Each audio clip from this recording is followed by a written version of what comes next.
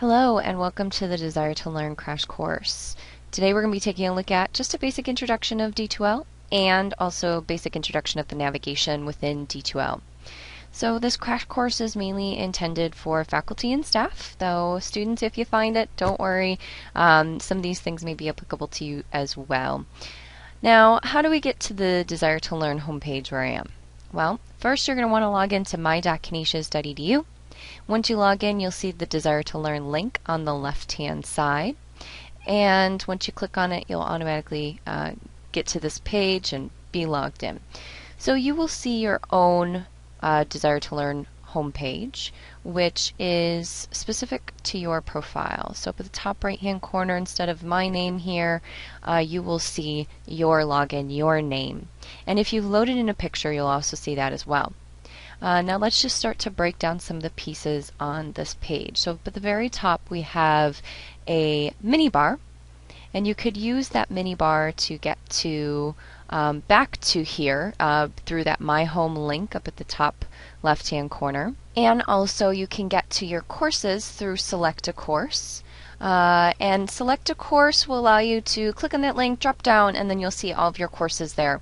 Now the one thing to note is that you may prefer to have certain courses pop up to the top automatically, and you can just pin or unpin just by clicking on the pin or off the pin in order to pin certain courses to the top, which you may want to do if your list gets a little too long. So moving on down the line, over to the right a little bit, we have three little buttons. And so the first is the message alerts, and the next one is the update alerts, and the other one is subscription alerts. Underneath message alerts, you have two options to go to pager or go to email. Pager is like an IM that you and your students can use inside of the D2L system. And email, we'll talk a little bit about that in a bit, is the internal outgoing only email system in Desire to Learn.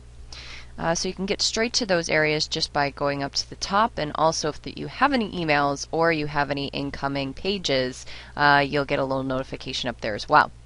Now, the next area here, and if you're ever wondering what these are, you can always just hover over and you can see that update alerts will pop up there for you.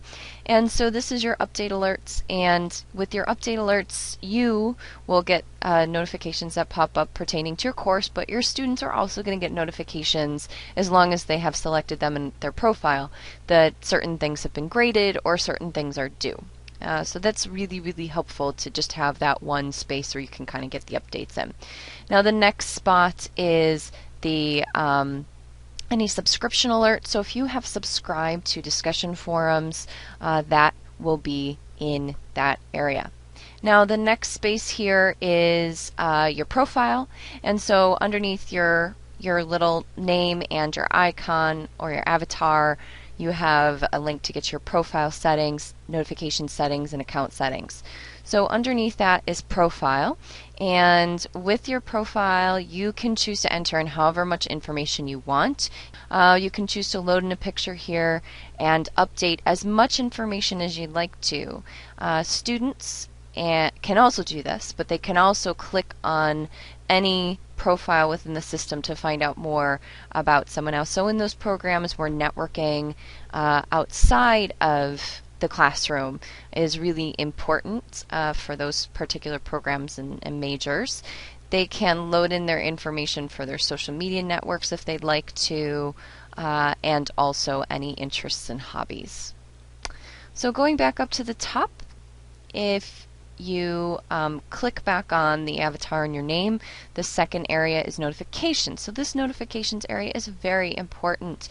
It allows you to receive notifications to your cell phone or to your email address, and you get a summary of activity however often you'd like. You can set that up for daily or never and at what time.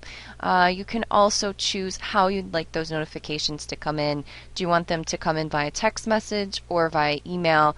Again, this is a great area that's applicable for students too. And with students, they can choose to receive notifications about their grades, when grades have been released or updated, or a news item has been posted via text message. There's also a way to customize your notifications. Here are some options down at the bottom.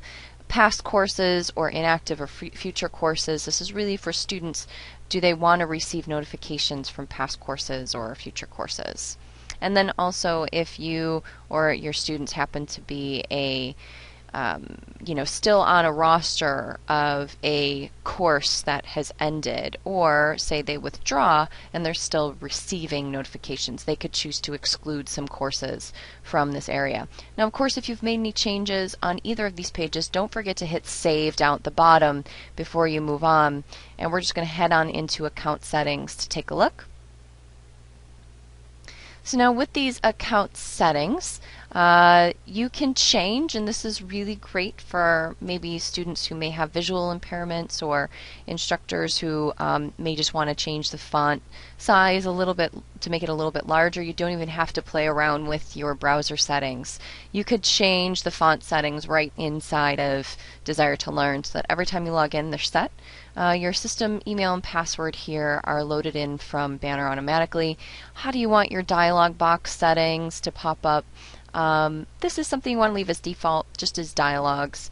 HTML editor settings. Don't click this button. It turns off the rich text editor and you can't get to it unless you come back and uncheck that. So do not check that button. Video settings. How do you want your videos to come through? Optimize it for the assistive technologies. Yes. If you'd like to do that, you can check it. And most of these I would just leave as default, but just so you know, they are here if you need them. There is your Edudentity settings. I have an Edudentity account which allows me to log into Binder, and Binder uses this Edudentity to log in, which is a completely separate login. Now, rolling up to the top, we have some more tabs. So one is discussion forums. How would you like some of your discussion settings to be displayed? Showing the discussion topics list, yes. Display deleted posts, probably not. But it's up to you. If you want to check these things, you absolutely can. Include original post in reply.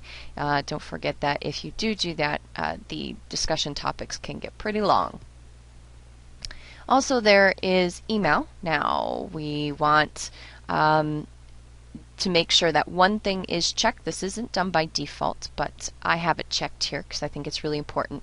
Send a copy of all of your outgoing mail messages to your email account. Yes, you definitely want to do that. You receive it, and that way it's there. That's great. Save a copy of each outgoing message to the sent mail folder. There is a sent mail folder. You could choose to use it if you want to. I wouldn't advise changing your reply to email address. It's just going to go to your Canisius address, but one cool area is that you can include an email signature. So that's pretty neat, and you would use it just like you'd use your Outlook email as well.